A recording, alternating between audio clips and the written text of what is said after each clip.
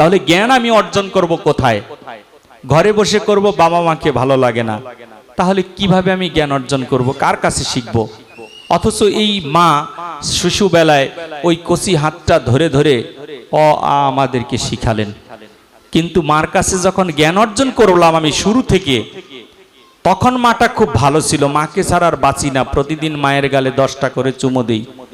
কিন্তু আমার যখন শরীরটা শক্ত হয়ে গেল, 2-4টা সার্টিফিকেট অর্জন করলাম, তখন আর এই বৃদ্ধ মাকে আর ভালো লাগে না। এবার মায়ের গালে আর চুমো দিতে ইচ্ছা হয় না, মায়ের সাথে গন্ধ, মাকে আর ভালো লাগে না।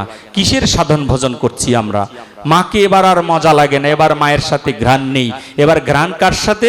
মধু আছে আরেকজনের সাথে, সে হচ্ছে সহধর্মিনী, তার সাথে মধু আছে। এবার সহধর্মিনীটা খুব ভালো লাগলো, আবার দেখবেন একটা সময় সহধর্মিনীকেও ভালো লাগবে না।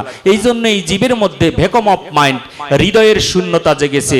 এই শূন্যতাগুলো যদি দূর করতে হয়, তার উন্নত থেকে আরো উন্নত স্থান হচ্ছে সাধু গুরু বৈষ্ণবের সঙ্গ। এই সঙ্গে আসলে একমাত্র এইখান থেকে ঘুরতে ঘুরতে ঘুরতে ঘুরতে কখনো না কোনো দিন একটা বৈষ্ণবের পদার্পণ হয়ে যাবে। সেই বৈষ্ণবের কৃপাতেই একমাত্র আমরা এই সমস্ত জিনিস জানতে পারবো।